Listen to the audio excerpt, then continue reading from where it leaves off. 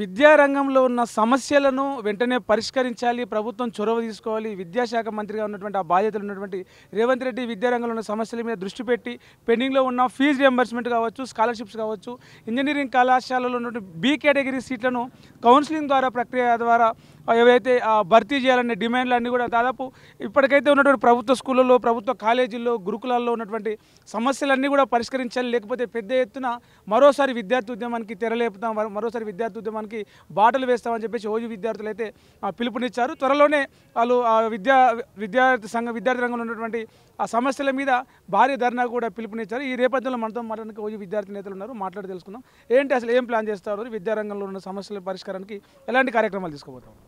అయితే ముందుగా ఏదైనా ఒక విద్యాశాఖకి ఒక శాఖ కేటాయించి దానికి ఒక మంత్రిని కేటాయిస్తే విద్యార్థులు కావచ్చు, నిరుద్యోగులు కావచ్చు, ఈ రాష్ట్రంలో ఉన్న విద్యా వ్యవస్థ ఎట్లుందనేది మా గోడు మేము చెప్పుకోవడానికి ఒక మంత్రి ఉండాలని చెప్పేది ప్రధానమైన డిమాండ్ ఒకటి. రెండవది ఏంటంటే పెండింగ్లో ఉన్న స్కాలర్షిప్ ఫీజు రీయింబర్స్మెంట్స్ ఏవైతే ఉన్నాయో అవి దాదాపు గత ప్రభుత్వం నుంచి దాదాపు ఒక 10 సంవత్సరాల నుంచి గత ప్రభుత్వం కావచ్చు, ఈ ప్రభుత్వం కావచ్చు, మొత్తం స్కాలర్షిప్ ఫీజు రీయింబర్స్మెంట్స్ ఏవి కూడా విడుదల చేసిన పని పోలేదు.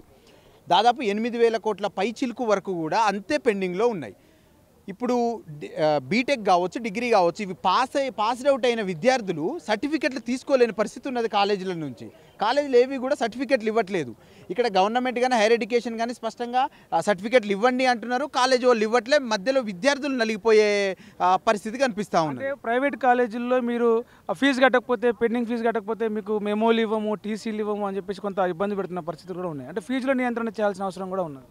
ఫీజులు వాస్తవానికి గవర్నమెంట్ నిర్ణయించిన ఫీజులు కావచ్చు, యూనివర్సిటీలు నిర్ణయించిన ఫీజు కావచ్చు, హైయర్ ఎడ్యుకేషన్ కౌన్సిల్ నిర్వహించిన ఫీజులు కావచ్చు, ఇవన్నీ ఫీజు రెగ్యులేటర్ కమిటీ నిర్వహించిన ఫీజులు ఒకటి ఉంటాయి.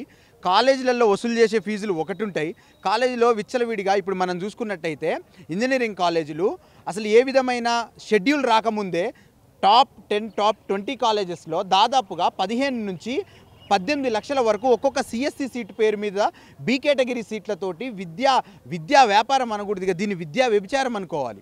ఈ విధంగా అక్రమంగా ప్రభుత్వం అసలు చూడనట్టుగా ప్రభుత్వానికి ఇది ఒక ఆదాయ వనరు అయిపోయింది.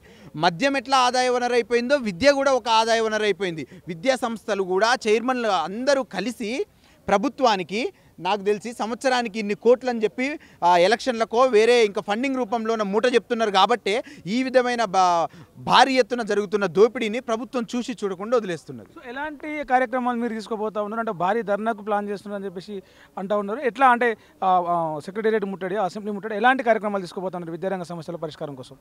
ఈరోజు ఈ ప్రెస్ మీట్ ముఖ్య ఉద్దేశం ఏంటంటే మా డిమాండ్స్ అన్నీ కూడా ప్రభుత్వం పరిష్కరించే వరకు మేము ముమ్మాటికి కూడా రేపు హైయర్ ఎడ్యుకేషన్ ముందు ఒక ధర్నా ప్లాన్ చేస్తూ ఉన్నాం. మరియు ట్యాంక్ బండ్ మీద ఉన్న అంబేద్కర్ గారి విగ్రహం దగ్గర ఒక ధర్నా ప్లాన్ చేస్తూ ఉన్నాం.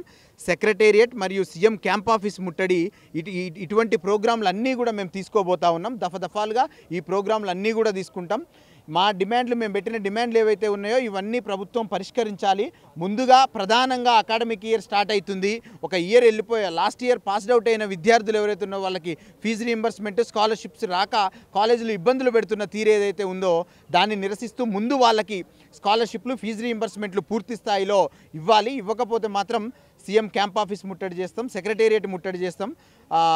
దాదాపు ఈరోజు ఒక 30 విద్యార్థి సంఘాల నాయకులు అందరం కూడా ఒక దగ్గర సమావేశమై చర్చించుకున్న విషయం ఏంటంటే దీని మీద భారీ ఎత్తున పోరాటం చేస్తామని చెప్పి అయితే మేము ప్రభుత్వాన్ని అయితే హెచ్చరిస్తా ఉన్నాం. అసలైన తొలి వెలుగు.